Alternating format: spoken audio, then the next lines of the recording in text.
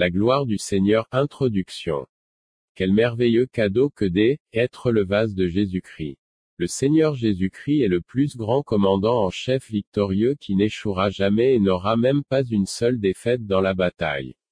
J'ai été élevé pour déshonorer Lucifer et semer le chaos dans le royaume des ténèbres. Partout où je vais, je pille l'enfer et je peuple les cieux pour le Christ. Le Seigneur m'utilise puissamment pour sauver les chrétiens ligotés, les chrétiens trompés et les captifs des griffes du diable. Tel est mon appel. Ce témoignage a pour but de glorifier le nom de mon Maître et Seigneur Jésus-Christ sur la façon dont il m'a donné la victoire sur Satan, notre ennemi juré. Le diable est évidemment furieux. Parce que je vais exposer sa défaite dans ce témoignage. Gloire au Seigneur Dieu le Père, honneur et louange au Fils de l'homme, le Seigneur Jésus-Christ, et puissance et force au Saint-Esprit, mon meilleur ami et mon confident de tous les temps. Il s'agit d'une expérience puissante d'engagement dans le combat spirituel qui va secouer votre vie et vous amener à un réveil brutal et à la prise de conscience que l'ennemi, le diable, est réel et très intelligent et plus rusé que n'importe quelle intelligence ou sagesse humaine. Tout être humain qui menace le diable sans être couvert par le Seigneur Jésus-Christ provoque un géant qui finira par déchirer sa vie et le déshonorer jusqu'à la mort. La Bible dit que lorsque l'ennemi, le Léviathan, se lève, aucun homme, pas même un homme puissant, ne peut lui résister de quelque manière que ce soit, et elle ajoute qu'il est si puissant qu'il n'a peur de personne. Vérifiez par vous-même, Job 41/25-29. Quand il se dresse, les puissants sont effrayés, il se purifie par les brisements. L'épée de celui qui l'attaque ne peut tenir, ni la lance, ni le dard, ni l'épée. Il regarde le fer comme de la paille, et l'airain comme du bois pourri. La flèche ne peut le faire fuir, les pierres de fronde sont tournées. Avec lui en chaume. Les traits sont considérés comme du chaume, il rit de l'ébranlement d'une lance. L'ignorance des tactiques, des attaques et des mouvements de l'ennemi est fatale pour la vie spirituelle d'un croyant. Tout vrai chrétien est appelé à affronter l'ennemi jusqu'à la décision et à obtenir la victoire au nom de la puissance de Jésus-Christ, voir Joël 3h14. Mon expérience m'a appris que Lucifer est extrêmement intelligent et plus sage que toute sagesse humaine. Il est rusé et mauvais dans toutes ses actions. Vous ne pouvez maîtriser et vaincre Satan que si vous connaissez le plus grand maître qu'il a vaincu le premier sur la croix du Calvaire, le Seigneur Jésus-Christ. Le Seigneur Jésus-Christ nous a montré, lors d'un spectacle public, comment vaincre le diable et tous ses agents. La Bible dit clairement qu'il en a fait un spectacle public sur la croix Col. 2h14-16. Parce que le Seigneur l'a d'abord vaincu par un combat acharné qui a pris des années à se terminer, je peux vous garantir que vous passerez à côté de l'essentiel et que vous serez complètement aveuglé par ses voies et ses ruses si vous ne suivez pas les traces du Maître et Seigneur Jésus-Christ lui-même. Avant de poursuivre la lecture de mon témoignage, je vous conseille d'envisager de prier sérieusement. Mon parcours. Je suis l'arrière-petit-fils du roi du Congo, Kongo Diaun Totila de 1400 à 1914. Ce royaume couvrait la partie nord de l'Angola, la rez-de-chaussée, le Congo et une partie du Gabon vers le haut. Ceux qui ont étudié l'histoire des royaumes africains le savent très bien. Mes parents sont issus d'un des clans de ce royaume. Le roi du Congo a conclu plusieurs alliances avec Lucifer, représenté sous la forme du dragon et du serpent. C'était son pouvoir. Il décréta que chaque roi, prince ou duc du royaume devait avoir plusieurs femmes comme c'était la tradition dans tous les royaumes qui existaient en Afrique à cette époque. On trouve encore des traces de cette pratique au Lesotho, où le roi possède de nombreuses épouses. Ce royaume s'est ensuite scindé en deux tribus, la tribu de Kinlaza et la tribu de Kinpanzu, à l'instigation des Portugais dont l'objectif était de diviser pour mieux régner. Mon père est de la tribu de Kinpanzu. Je l'ai su dès mon enfance car mon père nous racontait des histoires sur nos origines. Cela faisait partie du rituel pour les enfants du royaume de connaître leur origine. C'était une forme d'endoctrinement. Ce roi a fait alliance avec Lucifer pour le protéger et lui donner du pouvoir en échange de la vie des enfants du royaume. Et pour lui, Avoir du pouvoir signifie avoir beaucoup de femmes, d'enfants, dominer d'autres royaumes et faire la guerre. Ce roi vendait des esclaves aux marchands portugais et à d'autres puissances européennes. Tout cela a été une malédiction pour les enfants du royaume qui sont encore en vie aujourd'hui. Ma naissance mystérieuse à moitié esprit et à moitié être humain. Je suis né de manière mystérieuse dans une commune appelée Kimbel, qui signifie coutelier, et un village appelé Mutuangulo, qui signifie tête de cochon. Je suis sûr que vous commencez déjà à vous faire une idée précise de l'environnement dans lequel je suis né. Mes parents m'ont demandé à leur dieu dragon et serpent. Ils ont eu des jumeaux avant moi. Dans la tradition du pays où je suis né, les jumeaux sont respectés et vénérés comme des messagers des dieux. Selon la tradition, il était interdit à mon père d'entrer dans la maison d'une autre femme avant la fin des 6 mois de jeûne sexuel traditionnel. Mais mon père a délibérément enfreint cette. La loi traditionnelle est entrée en vigueur au bout de 3 mois. Il avait 4 femmes à l'époque, il est mort en laissant derrière lui 7 femmes et une trentaine d'enfants. Ma mère est la première épouse. Mon père est donc entré dans la maison d'une autre femme et a déclenché la loi satanique qui a été renforcée. Immédiatement après cet acte, le deuxième jumeau est mort. Lors des funérailles, un serpent est sorti du corps du garçon et toutes les personnes présentes se sont levées pour le tuer. Étonnamment, lorsqu'ils ont essayé de poursuivre et de tuer le serpent, mon père s'est levé et leur a crié que si quelqu'un osait tuer leur Dieu, ils mourraient tout parce que ce serpent était leur protection. Tout le monde a donc battu en retraite et a renoncé à tuer le serpent. Le jumeau survivant. Le frère a immédiatement commencé à s'effondrer. Il a été atteint d'une grave maladie qui a paralysé ses jambes alors qu'il était en train de mourir. Mes parents sont allés consulter leur Dieu et les anciens, mais les réponses indiquaient la mort de ce frère jumeau parce que mon père avait enfreint la loi traditionnelle que nous appelons, loi démoniaque établie. Il faut savoir que le serpent et le dragon sont les esprits totémiques de toute la famille. Mes parents, après avoir emmené pendant 3 ans le frère jumeau survivant chez plusieurs sorciers pour qu'ils subissent des rituels de sorcellerie, mon père, par une sorte d'illumination démoniaque, a décidé de faire une promesse à leur dieu, le dragon et le serpent. Il a dit aux anciens et aux dieux, si vous faites vivre ce jumeau, je vous rembourserai sûrement en vous donnant un petit garçon en remplacement de celui qui est mort. 3 ans plus tard, le garçon était encore très petit et ne pouvait pas marcher. En fait, à l'heure où j'écris ce témoignage, mon frère est toujours infirme d'une jambe. Après cet incident, mon père s'est rendu dans la maison de ma mère et l'a emmené. Pendant ce temps, le serpent qui était allé dans le buisson est entré dans la maison et a pénétré dans ma mère, et voilà que j'ai été conçu. Le jour de ma naissance, on m'a donné le nom de Futila, qui signifie paiement, dans ma langue maternelle. Notez que ce nom m'a été donné pour signifier le paiement au dieu dragon de la famille. Dans cette dédicace, j'ai été pratiquement donné à Lucifer comme paiement en remplacement de celui qui était mort. Par conséquent, je suis devenu la propriété de Lucifer et une maison vivante de serpents et de dragons à partir de ce moment-là.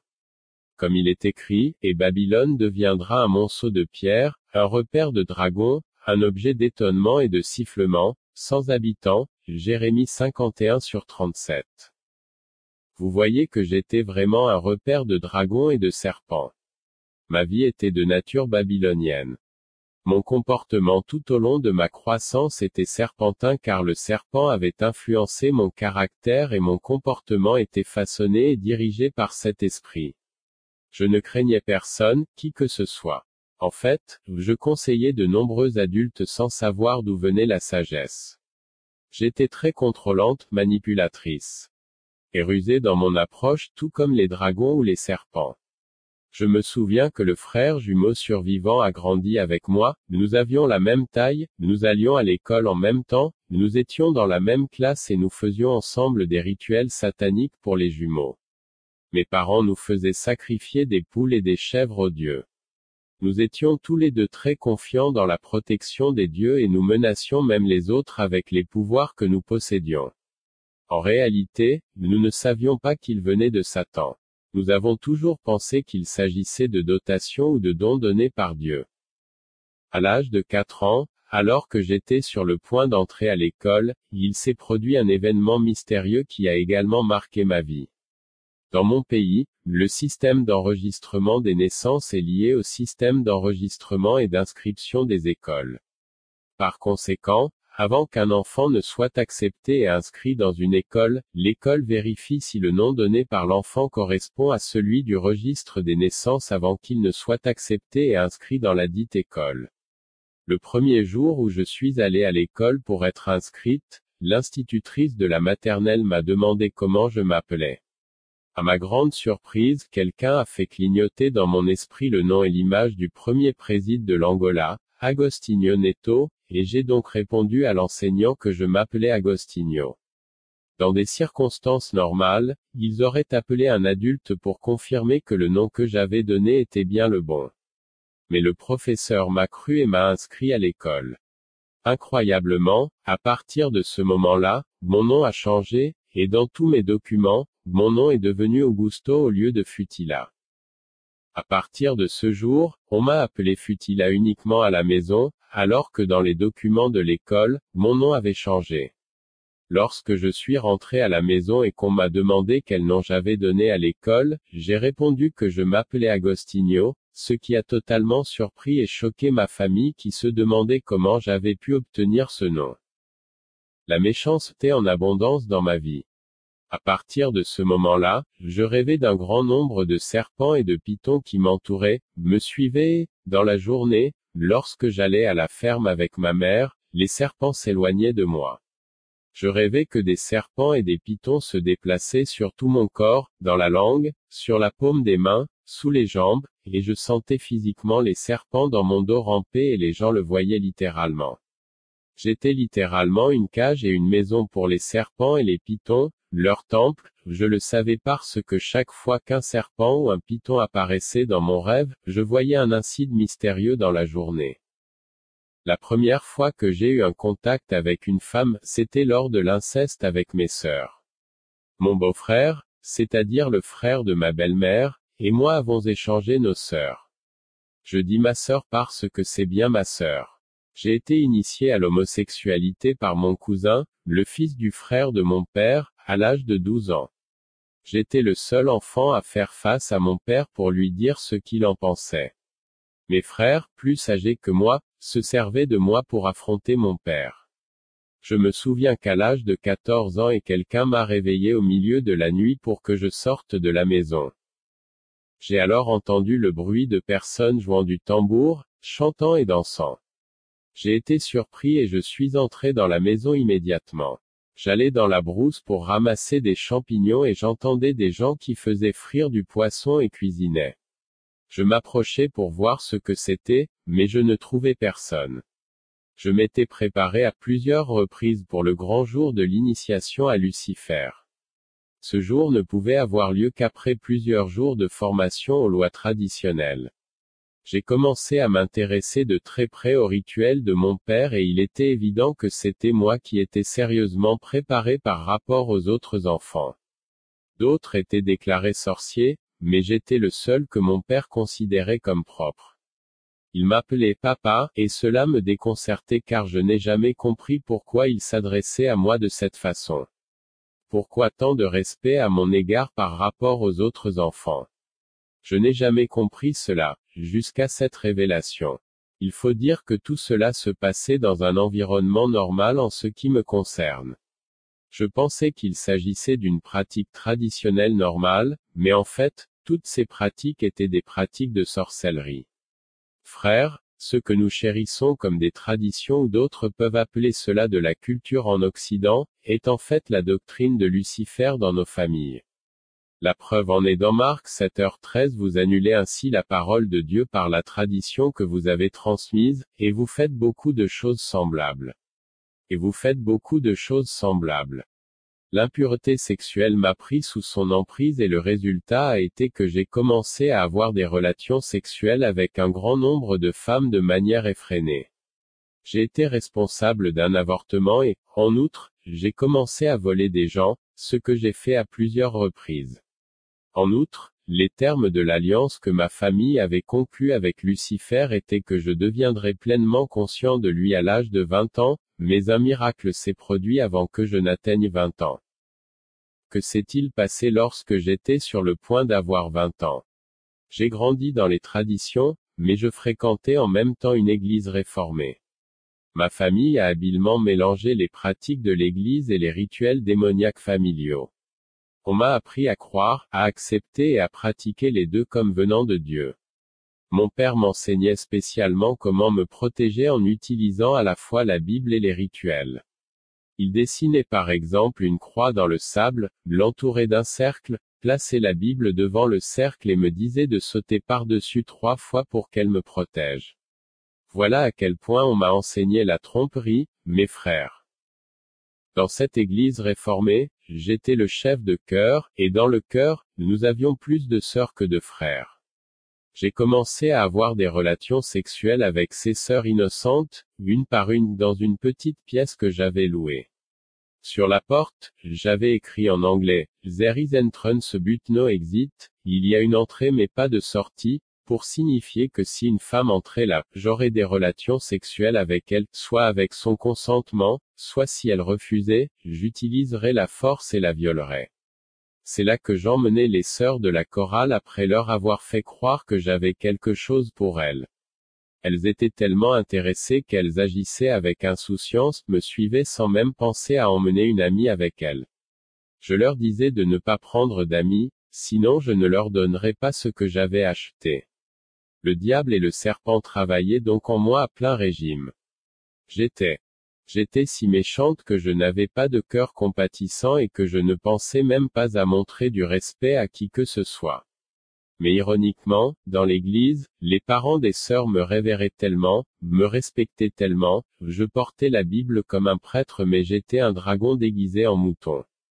Ces parents dans l'église me faisaient tellement confiance qu'ils me confiaient leurs filles pour que je les encadre, j'avais libre accès à leur maison sous le couvert d'un conseiller spirituel, seulement pour dévier leurs filles encore plus vers le mal et l'impureté sexuelle.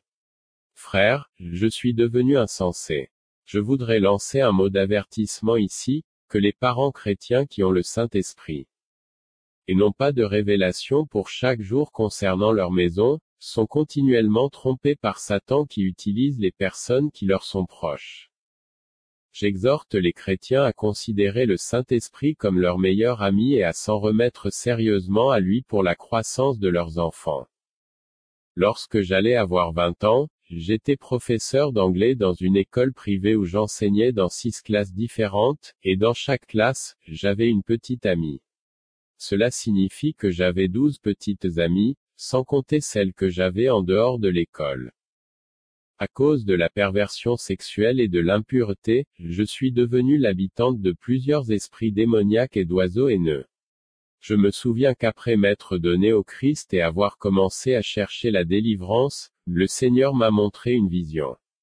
Dans cette vision, j'ai vu un lit où j'étais couché avec une amie et autour du lit plusieurs démons qui dansaient et quand j'ai terminé l'activité, ils se sont redoublés 2 par 2. Ils semblaient avoir été 20 et sont devenus une paire de 40 démons. 20 d'entre eux sont entrés dans ma vie et 20 autres dans celle de la fille qui était avec moi. C'est alors que j'ai vu l'Apocalypse 18, 2-3 qui dit, « Il cria d'une voix puissante, il cria, et elle est tombée, Babylone la grande. Elle est tombée, Babylone la grande. Elle est devenue la demeure des démons, le repère de tous les esprits mauvais, le repère de tous les oiseaux impurs et répugnants. Toutes les nations ont bu le vin de ses adultères. Les rois de la terre se sont livrés avec elle à l'adultère, et les marchands de la terre se sont enrichis par ses excès.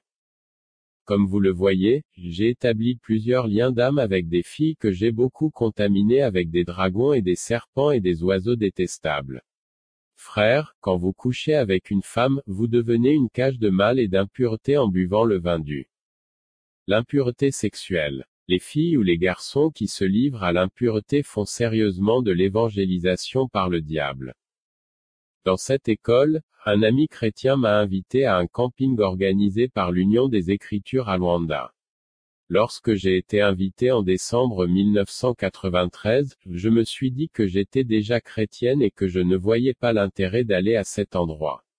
Je savais que j'allais inévitablement rencontrer d'autres filles et j'ai donc décidé d'y aller.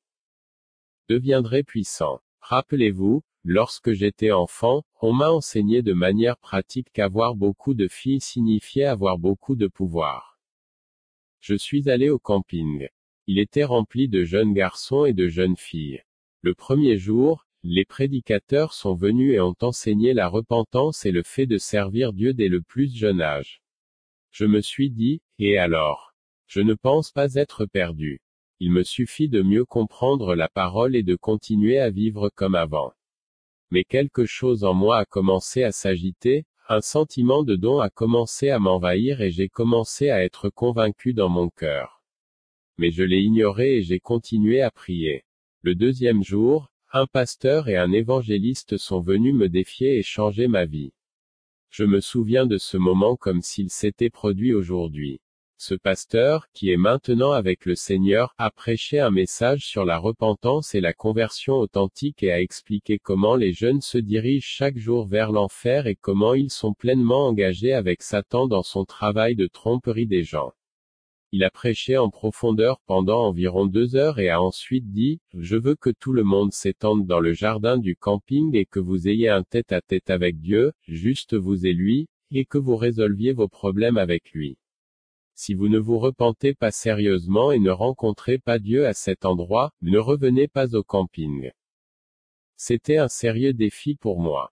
Bien que j'ai obéi et que je sois allé dans le jardin, je pensais en mon fort intérieur que je n'avais rien à résoudre avec Dieu. Alors que j'étais assise, quelque chose m'a dit de commencer à dessiner un cœur d'amour avec une flèche sur le sol. Alors que d'autres priaient sérieusement et bruyamment, je jouais en pensant aux jours que je perdais dans cet endroit sans mes amis. J'avais envie d'impureté. J'étais assise presque au centre, là où je pouvais voir le plus de monde possible. Nous étions assis et nous pleurions beaucoup. Au moment où je m'y attendais le moins, j'ai entendu une voix qui me parlait et me disait, « Si tu ne te repens pas aujourd'hui, tu mourras sûrement. » J'ai eu peur. J'ai regardé autour de moi pour voir si quelqu'un s'était approché de moi, mais je n'ai vu personne. J'ai regardé pour voir qui était près de moi en train de prier, j'ai vu que la fille qui était un peu plus loin de moi criait fort pour que ses péchés lui soient pardonnés, et le garçon à ma gauche était aussi dans une profonde prière de repentance. L'homme, plus bas, était également en train de prier. Je suis resté calme et j'ai continué à dessiner lorsque j'ai entendu la voix dire une deuxième fois, « Si tu ne te repens pas aujourd'hui, tu mourras sûrement. » J'ai dit « Ah, qu'est-ce que c'est ?» Lorsque j'ai essayé de comprendre ce qui se passait, la troisième voix a prononcé à nouveau les mêmes mots et je suis immédiatement tombé à plat ventre, à genoux, et mon cœur s'est mis à craquer comme un biscuit sec. J'ai commencé à avoir l'impression que mon cœur lâchait et que j'étais en train de mourir sur le sol du centre de retraite. Je voulais répondre à la voix pour lui dire que j'étais maintenant prêt à me repentir, mais je n'y arrivais pas. Je voulais tellement dire quelque chose qu'après avoir ressenti le désir de me repentir, j'ai eu l'impression d'étouffer, je pouvais à peine respirer et tout à coup, les mots ont commencé à être arrachés du plus profond de mon être et ils ont commencé à sortir de ma bouche. J'ai alors commencé à pleurer, confessant au Seigneur mes nombreuses mauvaises habitudes et iniquités avec amertume et remords. À ce moment précis, j'ai vu mes péchés se présenter à mon esprit de façon si vivante, l'un après l'autre, comme sur un écran de télévision.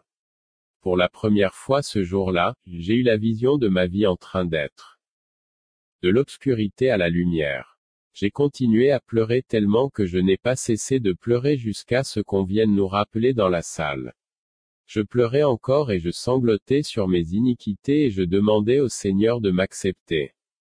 De retour dans la salle, le pasteur a demandé si nous nous étions réconciliés avec Dieu par le Seigneur Jésus-Christ et tout le monde avait l'air très sérieux, les larmes coulant sur les joues comme de l'eau. En fait, tout le monde pleurait beaucoup ce jour-là. Le 4e et dernier jour du camping a été un jour très sérieux pour moi.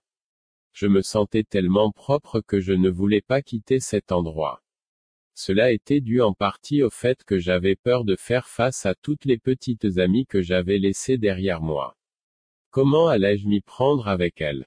Qu'allais-je leur dire? La seule chose à laquelle je pouvais penser et que je pouvais faire, c'était de crier au Seigneur Jésus-Christ pour qu'il m'aide à me sortir de ce mauvais pas. Il faut savoir que ma conversion n'était que le point de départ de mon expérience de guerre et qu'elle allait constituer le plus grand combat de ma vie. Je n'avais aucune idée de ce qui m'attendait, mais j'avais confiance en Dieu. Le dernier jour, j'ai prié très fort pour obtenir de l'aide et lorsque nous avons sauté dans le camion qui nous ramenait, j'ai eu une deuxième vision. J'étais dans le camion et la lumière a jailli devant la cabine du camion, dissipant toutes les ténèbres qui se trouvaient devant. Derrière moi, j'ai vu de magnifiques jardins fruitiers, des jardins remplis de pommes et d'autres fruits et des personnes vêtues de blanc qui ramassaient les fruits. C'était tellement beau que j'ai pensé que c'était le paradis. Et c'était en effet une expérience paradisiaque. Le début de la guerre avec les puissances obscures. Lorsque je suis rentré chez moi ce soir-là avec mon ami et mes collègues de l'école d'anglais, nous avons dormi sur notre lit. Vers 1 heure du matin, Lucifer est venu dans ma chambre pour me réclamer mon retour. Dans mon rêve, j'ai vu que je marchais sur un chemin élevé, qui arrivait à un carrefour. Sur l'autoroute principale, la musique était belle et attrayante et les gens s'amusaient dans le plaisir et l'abondance. Au contraire, le petit chemin étroit était si petit et si difficile à emprunter, mais les gens qui y marchaient avaient la paix et le calme qui s'en dégageaient. Comme il est écrit, mais petite est la porte et étroit le chemin qui mène à la vie, et il n'y en a qu'un petit nombre qui les trouve mat. 7h14. J'ai été attiré par ce petit chemin étroit et lorsque j'ai voulu m'y engager, Lucifer m'a immédiatement tenu la main gauche.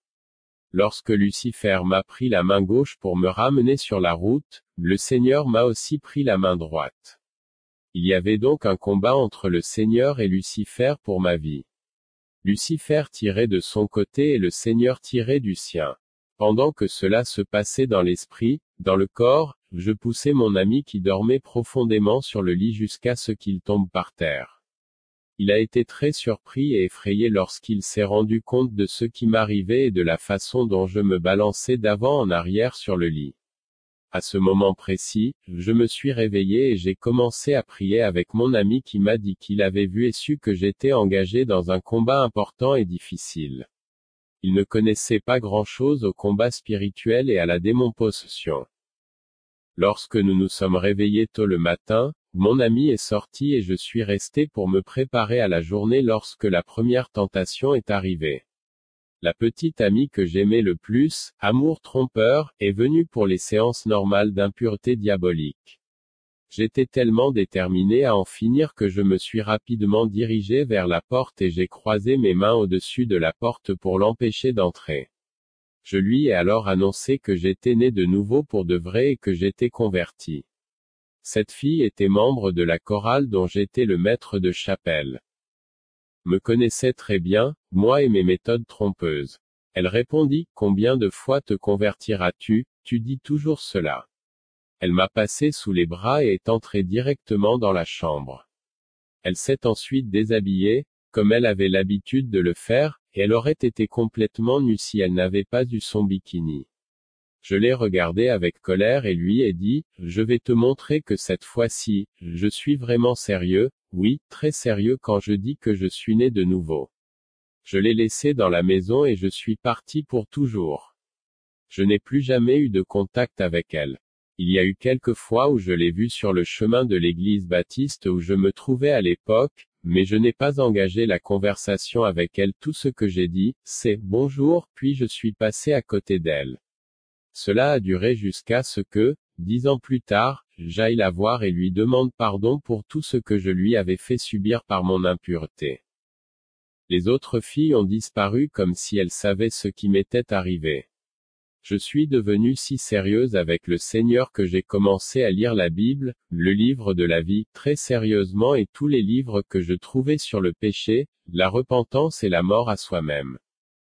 Lucifer n'a pas renoncé à me persécuter. Je ne comprenais pas pourquoi, mais je savais qu'il y avait quelque chose de lié, mais je ne le comprenais pas. Les rêves avec des serpents et des dragons se sont multipliés, la pauvreté a frappé ma vie et j'étais très malheureuse.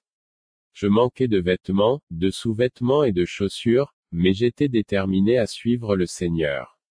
J'ai assisté à plusieurs croisades évangéliques, notamment celle de l'association Billy Graham à la télévision, et j'ai lu des livres missionnaires, dont certains de Loren Koenig et de nombreux autres auteurs. Je savais que j'avais besoin de délivrance, mais je ne savais pas comment et je ne comprenais pas du tout ce sujet. Plusieurs fois, Lucifer a envoyé des filles pour m'inciter à l'impureté, mais j'étais déterminé à ne plus le servir, à aucun prix. Le Seigneur Jésus était désormais ma force, mon Sauveur, mon nouveau Maître et mon Seigneur. J'ai commencé à jeûner si souvent et si sérieusement que mes amis craignaient le genre de révélation qui commençait à sortir de ma bouche. J'étais déterminé à mourir à moi-même et à crucifier la chair et toutes ses méchancetés. J'ai commencé à me réveiller tôt le matin, de 1h à 4h, pour prier et invoquer le Seigneur. Le chemin de la délivrance du dragon, du Léviathan et des serpents. La délivrance est un sujet très difficile et compliqué lorsqu'il s'agit d'un être humain, en raison de la chair dans laquelle vit l'esprit humain. La Bible déclare que la chair est l'un des ennemis qui empêche l'homme de jouir d'une vie libre et saine. À JN 2h16 car tout ce qui est dans le monde, la convoitise de la chair, la convoitise des yeux et l'orgueil de la vie, ne vient pas du Père, mais du monde. Après avoir passé un certain temps dans l'église, je suis devenu évangéliste et enseignant à l'école du dimanche, j'ai commencé à exercer l'autodélivrance, ce qui a compliqué les problèmes de ma vie d'autant plus que je ne comprenais pas pleinement la profondeur des puissances auxquelles j'avais affaire. Les serpents intensifiaient leurs attaques sur moi, mais je savais qu'un jour le Seigneur me délivrerait. En raison de la guerre dans mon pays, j'ai été contraint de me rendre au Zimbabwe où j'étais missionnaire au sein d'une équipe de GEM, Jeunesse en Mission, et où j'étais pasteur de jeunesse pour l'église baptiste. Pour faire court, j'étais tellement engagé à faire la volonté de Dieu et à suivre ses traces que j'étais un évangéliste très actif pour atteindre les âmes perdues. Je jeûnais 3 jours par semaine et 10 à 14 jours toutes les 2 semaines. Le Seigneur m'utilisait si puissamment pour délivrer les autres, guérir les autres, mais moi-même j'avais des serpents, une hernie, et j'utilisais des lunettes parce que j'avais failli développer une maladie. La myopie, un trouble de la vue. J'appelais le Seigneur à répondre et à apporter la guérison dans ces domaines de ma vie. Un jour, un serviteur de Dieu est venu d'Amérique à Harare pour une croisade miraculeuse à laquelle j'ai assisté. Lorsqu'il a prêché sur la puissance du sang de Jésus-Christ, il a demandé à tous ceux qui avaient des lunettes de les laisser tomber sur le sol et de les écraser. Tout le monde, plus d'1 million de personnes parmi celles qui utilisaient des lunettes, a fait ce qui était demandé, mais j'ai pris les miennes et je les ai mises dans ma poche, en pensant que c'était juste au cas où j'aurais le pire. Regardez mon manque de foi. Mais Dieu m'a été fidèle et m'a complètement guéri de cette maladie. J'avais trouvé ma femme dans le Seigneur avant d'aller au Zimbabwe. Je l'ai épousée à mon retour du Zimbabwe. Elle avait découvert un ministère appelé Olanji Osho Warfare Ministry où elle a commencé à prier et à vivre sa délivrance. Il s'agit d'un ministère puissant, donné par Dieu, qui s'occupe de délivrance et de guerre. Pour reprendre les grands détails, je suis revenu et j'ai commencé à suivre Dieu dans ce ministère pour chercher ma délivrance parce que les choses ne s'amélioraient pas.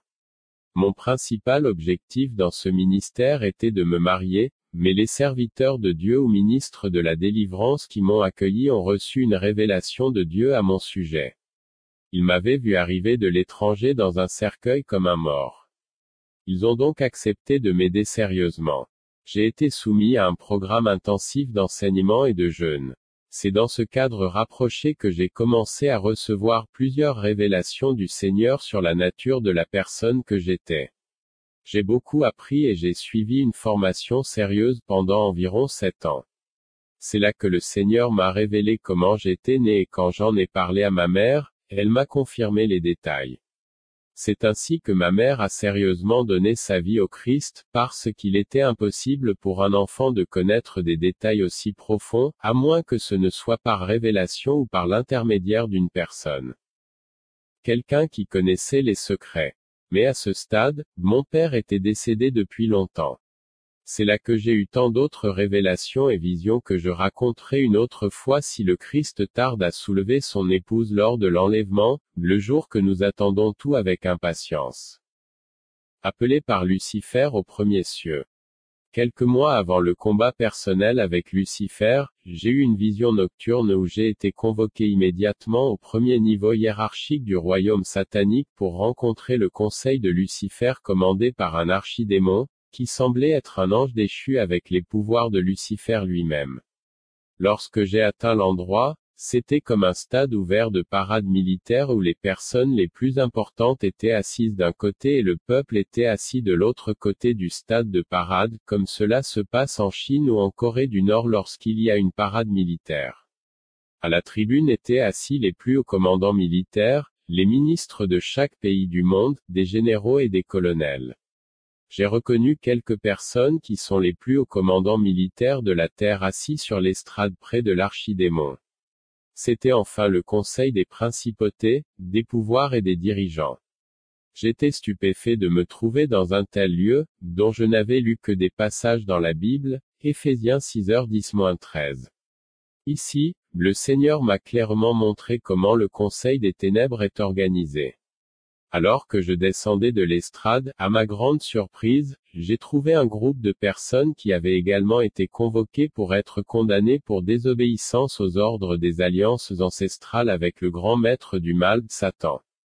Cet archidémon a appelé l'une des personnes du groupe où je me trouvais. Il a commencé par dire, « J'ai convoqué cette réunion parce qu'il y a eu une violation des ordres et des alliances au sein de notre personnel caché, en parlant de moi. » Il a poursuivi en disant qu'il allait ordonner à tout le monde, sur son ordre, de se prosterner devant lui et de l'adorer en signe de loyauté envers le maître de l'illumination, Lucifer. Il a également dit que si quelqu'un n'obéissait pas à l'ordre de se prosterner devant moi, je le détruirais personnellement, comme je vais le faire avec cette personne en ce moment même, en guise de démonstration. Depuis son siège, il a regardé attentivement cette personne qui avait été prise dans le groupe avec lequel je me trouvais pour en faire une expérience de destruction. Lorsqu'il l'a regardé, du feu, de la tempête et du feu rouge liquide sont sortis de sa bouche et ont complètement désintégré le corps de cette personne en présence de tout le monde. Immédiatement après, toutes les personnes présentes sur la scène et sur le sol se sont prosternées devant cet archidémon, sauf moi. Je suis resté, même si je tremblais de peur que cet archidémon me détruise ensuite pour avoir désobéi aux ordres. Ce scénario ressemblait beaucoup à celui de Sadrach, Méchar et Abednego dans la Bible. Lorsque l'archidémon a vu que je ne m'étais pas incliné devant lui, il a été très furieux et en colère contre moi et a dit à tout le monde, « Cette personne ne semble pas avoir appris la leçon. Il défie mes pouvoirs. Avant que je ne vous détruise, je vous ordonne de vous incliner immédiatement. » Pendant qu'il parlait, un de ses militaires est venu me voir et m'a dit, « Il vous parle, je vous conseille de vous incliner immédiatement. » Je lui ai répondu, « Je ne me prosternerai devant personne d'autre que devant le Christ Jésus seul. » Cela l'a rendu très furieux et il m'a dit, « Maintenant, je vais te détruire. » Je ne pouvais pas imaginer que mon combat était long et qu'il s'agissait de la première rencontre avec les puissances supérieures des ténèbres. Avant d'affronter Lucifer, l'archidémon est descendu de la scène pour me faire face. Il était à environ 5 mètres devant moi et une puissance maléfique s'échappait de lui, il était très effrayant. Lorsqu'il a fait le premier pas vers moi, je me suis souvenu d'une technique que Rebecca Brown avait utilisée contre certains satanistes dans son livre Prepare for War. Dans la vision, mon esprit s'est immédiatement tourné vers Éphésiens 6, l'armure complète de Dieu. J'ai immédiatement dit à l'archidémon, « Regardez, j'ai ce bouclier. Je viens de le faire en. » Mais à ma grande surprise, l'archidémon s'est arrêté, m'a regardé et m'a dit, « Penses-tu vraiment que cette petite chose avec de la lumière te défendra ?» Lorsqu'il a dit cela, j'ai alors réalisé que le bouclier de la foi que j'utilisais était bien réel, comme le dit la Bible. J'ai alors avancé d'un pas vers l'archidémon, et il a fait un pas en arrière. Je savais qu'il avait peur de moi, alors j'ai rapidement fait un autre pas, puis un autre et encore un autre.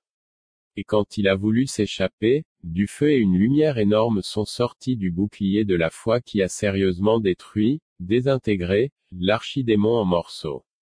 Lorsque les principautés et les puissances virent ce qui était arrivé à leur grand maître et chef, et elles commencèrent à se transformer en différentes sortes d'animaux. Certains se sont transformés en lions, en léopards et en oiseaux pour retourner à leur statut naturel sur terre. Quand j'ai vu cela, j'ai su que la victoire m'appartenait au nom puissant de Jésus-Christ. Alléluia! J'étais soulagé d'avoir commencé à retrouver mon chemin sur la terre. Dans cette confusion, 2 soldats du royaume du mal avaient perdu leur capacité à revenir sur terre et ils semblaient perdus et ne savaient pas comment revenir sur terre. Je m'en allais et un ange est apparu devant moi et m'a montré le chemin vers la terre. Il s'agissait littéralement d'un pont avec une énorme rivière qui divise la terre avec les premiers cieux. L'ange a placé un pont pour que je puisse le traverser et lorsque j'ai traversé, les 2 soldats ont essayé de me suivre en me suppliant de les aider à atteindre la terre parce qu'ils avaient perdu leur capacité de sorcellerie pour retourner sur la terre. À ce moment-là, mon téléphone a sonné dans la vision. Quand j'ai décroché, c'était ma femme et elle m'a demandé comment s'était passé le combat. J'ai commencé à lui expliquer comment cela s'était passé. Lorsque j'ai traversé la rivière, le pont a disparu et l'ange aussi, et je suis revenu sur terre. Lorsque je suis revenu à moi, j'ai raconté à ma femme ce qui s'était passé. Nous nous sommes engagés dans un jeûne et une prière sérieux, car nous savions que nos vies étaient en jeu. Jusqu'à ce stade, ma femme et moi savions que nous vivions une expérience étrange. Nous nous préparions dans la prière et le jeûne à un éventuel incide. Une semaine plus tard, j'ai été amené à faire face à Lucifer. Voir si après le récit d'une rencontre que j'ai eue avec Satan, le vieux serpent appelé aussi Lucifer, le séducteur. Ma rencontre avec Lucifer lui-même et comment le Seigneur l'a vaincu. C'était un vendredi, je rentrais du travail à 18 heures. Tout au long de la journée, j'avais pensé et réfléchi au Seigneur. La veille, j'avais eu une grave. Cette révélation m'a donné l'impression que quelque chose de mystérieux allait m'arriver. Alors, quand je suis arrivé à la maison vers 18h30, j'ai dit à ma femme que je voulais m'allonger et écouter les nouvelles depuis le salon, sous la moustiquaire. C'était la première fois que je vivais une expérience extracorporelle. Au moment où j'ai commencé à écouter les nouvelles, un ange est apparu dans la pièce et, dans cette vision, il m'a dit de me lever et que nous devions partir. L'ange qui s'occupait de moi est venu dans ma chambre à 19 heures, alors que j'étais allongé et que j'écoutais les nouvelles après une journée de travail mouvementé. L'ange m'a demandé de me lever et de nous laisser partir. J'étais sous la moustiquaire car il y avait beaucoup de moustiques à cette époque en Angola. Il m'a soulevé du lit et m'a emmené dans la salle de l'église où il a commencé à me donner des instructions et à me former sur la façon dont je rencontrerais un personnage dans le monde des esprits sans encore mentionner son nom. Comme je l'ai déjà dit, ma famille avait conclu une alliance avec le dragon et le Léviathan, le diable lui-même, et lui avait vendu nos vies, même en tant qu'esclaves en Amérique et en Europe. Pour que le Seigneur puisse rompre cette énorme alliance, il fallait que j'affronte Lucifer lui-même dans les 2e cieux. Je me suis levé et, à ma grande surprise, je n'ai pas pu toucher mon corps, j'ai essayé de parler à ma femme, mais cela semblait infructueux. J'ai essayé de lui faire des gestes et des signes de la main, mais cela semblait difficile. L'ange et moi avons parcouru une longue distance jusqu'à la salle de l'église. À ce moment-là, je n'avais pas de vêtements sur moi, mais l'ange m'a garanti que je porterais mes propres vêtements une fois que nous serions dans les locaux de l'église. Je pensais que nous ne trouverions personne dans l'église, mais à ma grande surprise, il y avait beaucoup de gens qui chantaient et adoraient Dieu. Ce qui était étonnant, c'est qu'il y avait du feu au-dessus de leur tête, ils étaient sous l'onction du Saint-Esprit. Il y avait aussi des intercesseurs qui priaient pour le surveillant général de l'église. L'ange m'a immédiatement emmené dans une salle d'église, m'a habillé et m'a placé au centre de l'église, tandis que tout le monde me regardait. Et d'après l'expression de leur visage, j'ai eu le sentiment que j'avais une mission difficile à accomplir. L'ange m'a dit qui j'allais rencontrer et comment il était. Il m'a ensuite formé, m'apprenant comment je devais me comporter lorsque je rencontrerais cette personnalité et ce que je devais faire. Après la formation, l'ange m'a tenu la main gauche et nous sommes montés jusqu'au 2e ciel où nous avons atterri sur un temple qui était si bizarre. Il était propre mais avait un pentagramme et un cercle autour de l'étoile du pentagramme. Le temple avait 4 pierres blanches à chaque coin et quand j'ai vu cela, j'ai su en moi que j'allais rencontrer quelqu'un de bizarre et de maléfique. Le temple était plein de mal et il y avait des démons géants enchaînés comme des gardiens autour des piliers du temple. L'ange est allé s'asseoir sur un arbre à l'extérieur du temple dans le 2e ciel et a commencé à me regarder avec ses jambes et ses mains croisées comme quelqu'un qui s'assoit confortablement. J'ai commencé à regarder autour de moi pour voir la personne que l'ange m'avait décrite dans les locaux de l'église. Alors que je tournais autour de ce temple maléfique, l'ange assis à l'arbre m'a fait signe de regarder derrière moi et lorsque je l'ai fait, voici qu'une jeune, belle, charmante, attirante personnalité pleine de séduction était derrière moi. Frère, Lucifer n'est pas celui que nous croyons. Il était si séduisant que les pommes de ses yeux m'attiraient vers lui comme si j'allais entrer en lui. Sa puissance était si grande que j'avais du mal à tenir sur mes pieds. Face à lui, j'ai regardé dans ses yeux comme l'ange me l'avait demandé, ses yeux étaient clairs comme du cristal autour, mais trop noirs au centre, et j'ai eu l'impression qu'il me tirait du sol pour m'engloutir. Ses yeux étaient diaboliques et j'ai senti que je risquais de mourir. Je devais rester fermement ancré au sol pour éviter d'être extraite par ses yeux maléfiques du sol vers ce monde maléfique que le centre de ses yeux noirs maléfiques représentait. L'ange de l'entraînement m'avait dit de toujours garder les yeux fixés sur lui et de ne jamais laisser mes yeux dévier en le regardant, et que je devais regarder dans ses yeux et ne pas avoir peur. J'ai donc commencé à le regarder dans les yeux alors que nous nous déplacions tous les deux dans le temple, les yeux concentrés l'un sur l'autre. Je ne savais pas alors pourquoi ce scénario de recherche les yeux dans les yeux avait lieu et ce qu'il signifiait. L'ange assis dans l'arbre s'est adressé à mon esprit comme s'il lisait dans mes pensées et savait ce que je pensais, en disant, « Il est écrit que l'œil est la lampe du corps. Si tes yeux sont bons, tout ton corps sera rempli de lumière, mais si ton œil est mauvais, tout ton corps sera rempli de ténèbres, et combien sont grandes ces ténèbres. » Matthieu 6h22-23, et c'est pourquoi le diable regarde vos yeux pour trouver une faille en vous. Dès que j'ai entendu cela dans mon esprit, j'ai eu une sainte colère et j'ai commencé à me concentrer pour regarder très attentivement dans l'œil du diable et, en moi, confesser le Christ. Puis le diable a commencé à déformer la parole de Dieu en déformant certains versets, et j'ai commencé à le contredire en disant, « Non, ce n'est pas écrit comme ça » et il disait, « C'est écrit », je disais, « Non ce n'est pas écrit comme ça » pendant tout ce temps, je ne mentionnais pas à la fin de mes déclarations, le nom de Jésus-Christ, quand à la dernière déformation du diable, j'ai dit avec colère, « Non, ce n'est pas écrit comme ça, non, ce n'est pas écrit comme cela au nom de Jésus-Christ. » Immédiatement, tout le sol du temple trembla comme lors d'un séisme, les géants tombèrent et le diable fut projeté sur ce qui ressemblait à un sol en béton. Il a commencé à trembler là où il s'est transformé en une bête maléfique et, avec un cri et de la fumée, il a disparu. Alors que j'écris le récit de ce qui s'est passé ce jour-là, il est aussi vivant dans mon esprit que s'il s'était passé hier. Après cela, je suis resté là, seul, à guetter sa réapparition à tout moment. Pendant que je cherchais, il est réapparu dans une apparence de fumée, maléfique et pleine de méchanceté. Cette fois, tous ses pouvoirs étaient chargés sur lui et le mal rayonnait de sa tête et il avait différentes sortes de méchanceté. Je me suis dit que cette fois-ci, il allait me déchirer et m'avaler sérieusement. Mais à ma grande surprise, j'ai senti la paix et le calme m'envahir, j'ai pu me concentrer et j'ai commencé à le combattre point contre point. Je le frappais à la tête et il me frappait en retour, sans succès.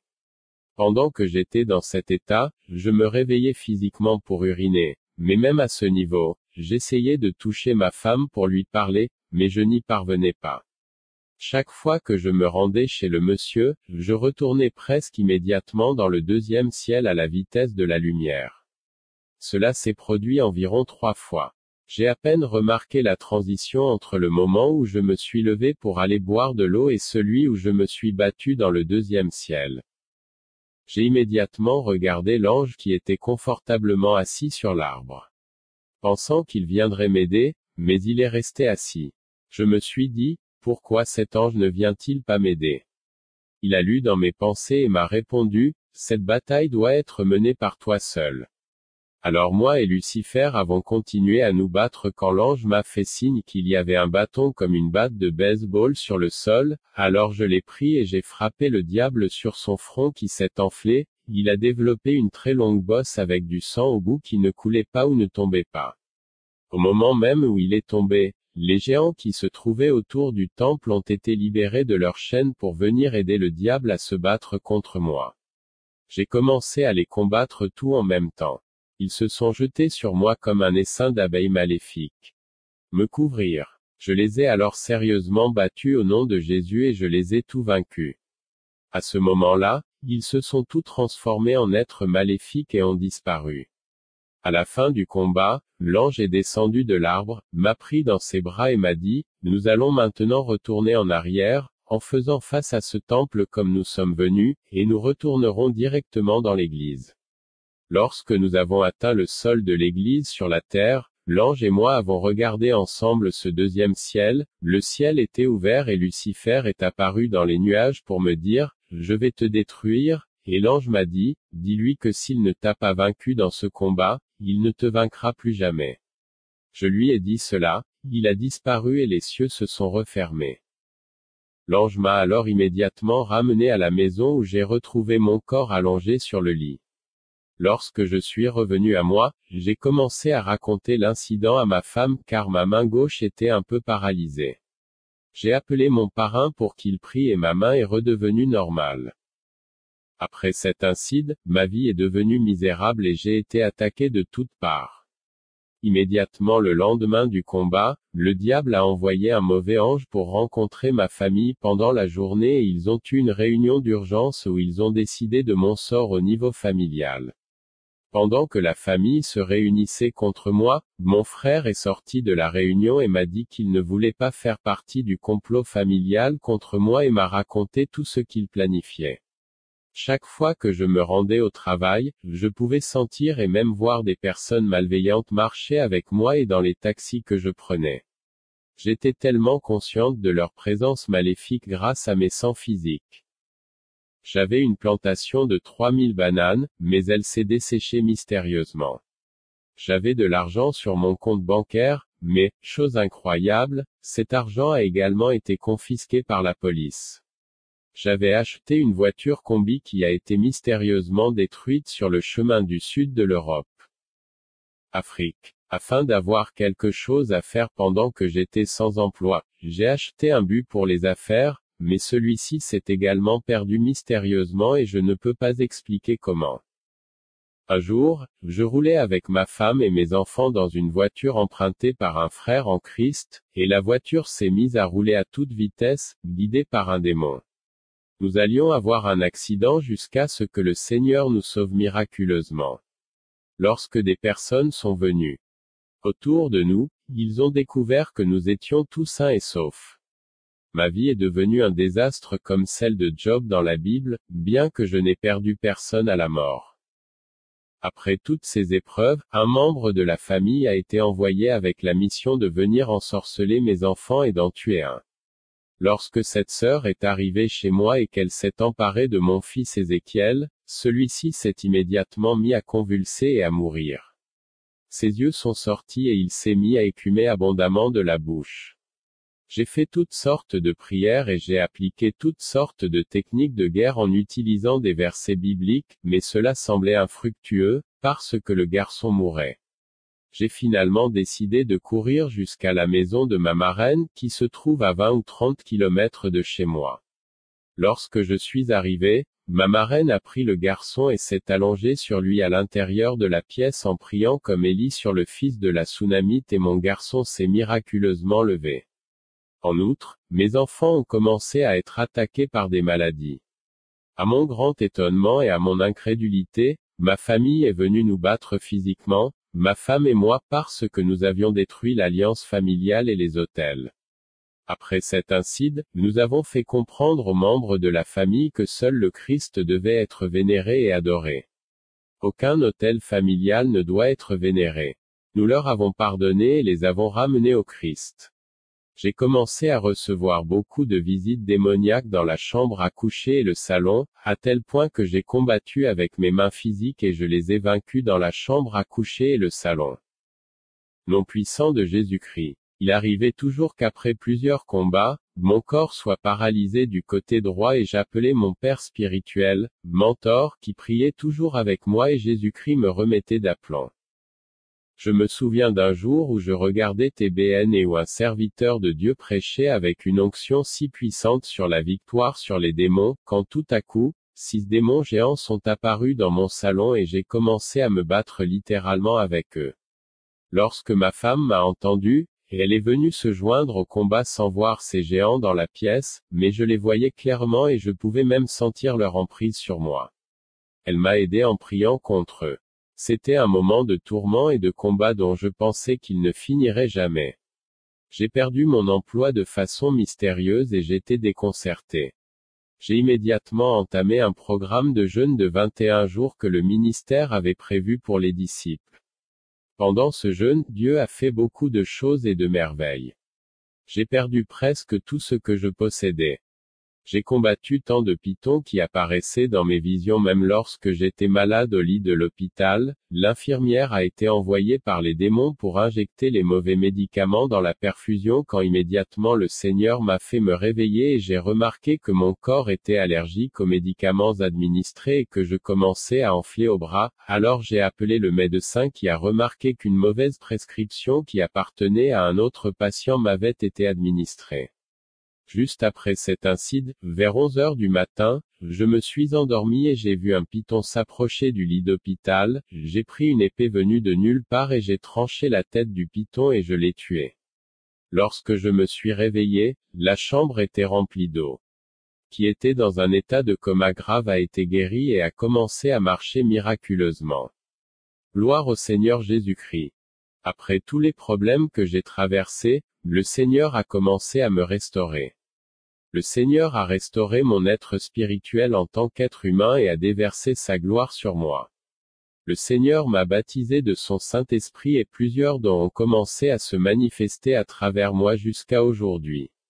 Le Seigneur m'a fourni un emploi pendant le jeûne de 21 jours, m'a guéri ainsi que mes enfants. Frères, notre Dieu est impressionnant et très puissant. Il existe pour nous et c'est un vrai Père qui défend farouchement ses enfants. Je ne parle que par sa grâce et sa puissance. Frères, cette expérience m'a fait prendre conscience des puissances de la méchanceté et du royaume des ténèbres, mais surtout de la puissante et impressionnante délivrance de notre Seigneur Jésus-Christ. C'est la première fois que j'écris cette expérience pour la distribuer à tout le monde, pour construire votre foi dans le Seigneur et pour vous assurer de la victoire que nous avons dans le Christ Jésus notre Seigneur et Maître. J'en parle normalement par bribes, mais je ne l'ai jamais écrite dans son intégralité pour que quelqu'un puisse la lire jusqu'à présent. Récemment, Lucifer est apparu dans ma chambre à coucher pour me crier dessus et me demander pourquoi je partage mon témoignage. Frère, c'est absolument une instruction divine de partager mon témoignage avec tout le monde. Le Seigneur sait qu'il en délivrera beaucoup et encouragera beaucoup à savoir que le diable est un ennemi vaincu, même avec tous ses pouvoirs. La venue de notre Seigneur Jésus-Christ, vision de l'enlèvement. Après cette expérience, j'ai eu de nombreuses visions et révélations sur la venue du Seigneur. Récemment, j'ai eu de nombreux rêves d'enlèvement et je suis très sûr que le Seigneur va venir. Que le Seigneur apparaîtra sur les nuées du ciel d'un moment à l'autre. J'en citerai 2. Première vision, j'ai vu un ange qui m'a dit, va lire Zacharie, chapitres 6 et 9. Quand je l'ai lu, j'ai découvert qu'il y avait 4 anges aux 4 coins de la terre, prêts à souffler dans les trompettes. Quand je me suis réveillé et que j'ai vérifié les Écritures, c'était exactement ce que j'avais vu dans le rêve. Ainsi, frères, beaucoup d'autres sœurs et frères en Christ ont eu des révélations similaires sur l'enlèvement et notre Dieu ne ment pas, sa parole s'accomplira bientôt. Nous ne savons pas si nous finirons même cette année, alors chers lecteurs, préparez-vous et abandonnez-vous. Satan est tellement mauvais et rusé. Il n'aime pas la race humaine, alors ne soyez pas idiots de rester et de l'affronter. Il est si méchant et n'a que de mauvaises intentions. Deuxième vision, vers minuit 50 le 11 avril 2011, pendant mon sommeil, j'ai fait un rêve où je me tenais à l'extérieur d'un bâtiment et j'ai vu un énorme cheval blanc plein de lumière, de gloire et de puissance qui est descendu des cieux pour venir me chercher. Lorsque le cheval a atterri, j'ai été instantanément transformé en mon corps spirituel glorifié et l'ange est venu me chercher. J'étais si joyeux pendant que l'ange m'emmenait voir quelques chrétiens qui étaient restés derrière. Parmi eux se trouvait une certaine fille spirituelle que je connais. Je l'ai trouvée, ainsi que beaucoup d'autres chrétiens qui étaient restés en arrière sans être enlevés et qui n'ont pas reçu les corps spirituels alors qu'ils attendaient l'enlèvement avec tant d'impatience. Cette fille a commencé à me demander, pourquoi n'ai-je pas été enlevée? Pourquoi? Je me suis repenti et j'attendais le Seigneur, je lui ai donné ma vie et maintenant je suis laissé pour compte. Elle se plaignait amèrement et moi, dans mon corps spirituel flottant, j'ai atterri à côté d'elle et je lui ai dit, je pense que tu ne t'es pas bien abandonné au Seigneur, bien que tu dises que tu t'es repenti. Je pense que tu as laissé ou ignoré de bien vérifier certains domaines de ta vie. Vérifie à nouveau ta vie et je suis sûr que tu trouveras une partie où tu ne t'es pas bien repenti ou que tu as laissé de côté. Sans surveillance. J'ai commencé à lui dire qu'elle avait maintenant le seul dernier changement de ne jamais accepter la marque de la bête, de rester à nouveau fidèle au Christ, et même si elle sera torturée et coupée morceau par morceau, ils lui couperont la main morceau par morceau ou lui creveront les yeux vivants, peut-elle ne jamais accepter la marque de la bête? Je lui ai dit, il vaut mieux supporter la souffrance de la torture, même si ce n'est pas facile, que aller en enfer pour l'éternité avec la marque. Lorsque j'ai dit cela, j'ai eu l'impression qu'on me disait de me lever. J'avais tous mes sens en éveil. Je suis allé rejoindre la grande file d'attente de tant de chrétiens qui allaient au ciel. Dans la même vision, le Seigneur m'a chargé, ainsi qu'un autre frère chrétien qui avait également reçu le corps ressuscité, d'aller remettre une lettre au PDG et au président de certaines banques multilatérales, identité cachée par les instructions du Saint-Esprit, et j'ai pris l'avion avec ce frère que je n'avais jamais connu sur Terre, mais j'étais très heureux d'être avec lui. Au cours de ce processus, alors que j'étais dans mon corps spirituel, je me suis retrouvé dans la salle d'un certain président d'une banque multilatérale que j'ai averti de ne jamais manger ou boire la nourriture qu'on lui offrirait lors de la cérémonie au cours de laquelle il allait prononcer un discours. J'ai compris que la nourriture était les paroles trompeuses des chefs spirituels orthodoxes des églises tièdes. Ses propres gardes avaient oublié de le prévenir, mais je l'ai fait.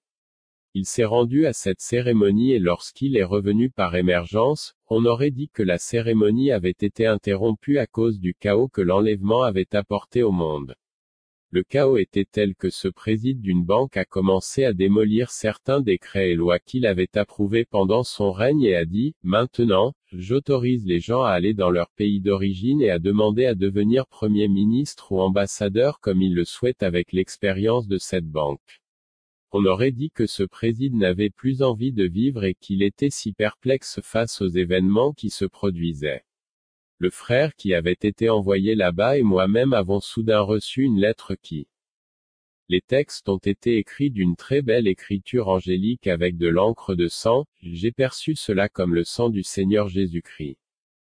Cette lettre était adressée aux évêques des églises orthodoxes et conservatrices tièdes qui avaient fait des compromis avec les présidents de ce monde en échange de faveurs, d'argent et de réputation pour joindre les deux bouts dans ce monde.